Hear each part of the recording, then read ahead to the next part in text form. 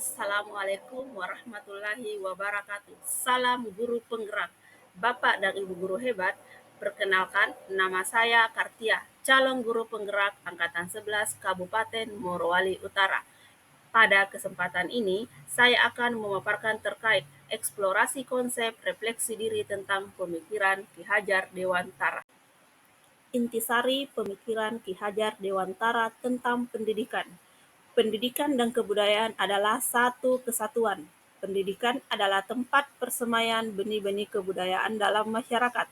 Ki Hajar Dewantara memiliki keyakinan bahwa untuk menciptakan manusia Indonesia yang beradab, maka pendidikan menjadi landasan pembentukan peradaban bangsa. 3 kerangka perubahan Ki Hajar Dewantara. Yang pertama, kodrat keadaan. Dalam melakukan perubahan perlu melihat kodrat keadaan yang terbagi dua, yaitu kodrat alam dan kodrat saman. Kodrat alam terkait dengan alam setempat, sedangkan kodrat saman adanya perbedaan zaman dari tahun ke tahun. Yang kedua yaitu prinsip perubahan.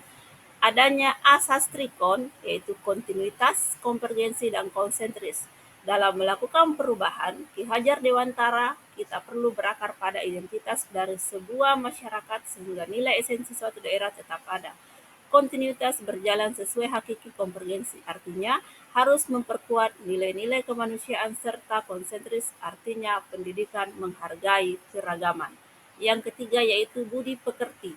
Budi artinya cipta, rasa, dan karsa atau pikiran, perasaan, dan kemauan, sedangkan pekerti itu tenaga atau raga. Dalam filosofi pendidikan Ki Hajar Dewantara itu harus seimbang, di mana dalam perubahan tersebut ada olah cipta, olah rasa, olah karsa, dan olahraga sehingga seimbang dan akan menjadi budi pekerti. Tujuan pendidikan menurut Ki Hajar Dewantara yang pertama yaitu menuntun segala kodrat yang ada pada anak-anak agar mereka dapat mencapai keselamatan dan kebahagiaan yang setinggi-tingginya baik sebagai manusia maupun sebagai anggota masyarakat. Yang kedua, pendidikan harus disesuaikan dengan kodrat alam dan kodrat saman. Yang ketiga, pendidikan berpusat pada peserta didik. Yang keempat, pembangunan budi pekerti dan berfokus pada proses bukan hasil. Ki Hajar Dewantara mengibaratkan peran pendidik itu seperti seorang petani atau tukang kebun. Anak-anak seperti biji tumbuhan yang disemai dan ditanam di lahan yang telah disediakan. Dalam proses menuntun, anak diberi kebebasan dan mendidik sebagai pamong dalam memberi tuntunan dan arahan agar anak tidak kehilangan arah dan membahayakan dirinya. Sebagai seorang pamong memberikan tuntunan agar anak dapat menemukan kemerdekaannya dalam belajar. Trilogi pendidikan Ki Hajar Dewantara. Yang pertama yaitu Ingarso Santuludo, yang artinya di depan memberi teladan. Yang kedua Imadio Mangunkarso, yang artinya di tengah memberi bimbingan. Dan yang ketiga yaitu Tuturi Handayani, yang artinya di belakang memberi dorongan.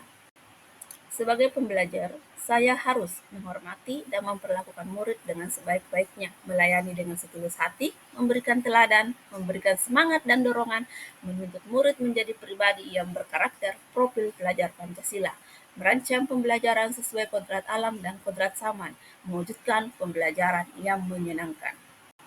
Sebagai pembelajar, saya harus konsisten untuk menjadi teladan bagi murid. Saya harus selalu mengembangkan kompetensi dan belajar hal-hal baru sesuai dengan perkembangan zaman agar dapat menuntun peserta didik secara optimal dalam mengembangkan potensi yang dimiliki sehingga tercapai keselamatan dan kebahagiaan baik lahir maupun batin.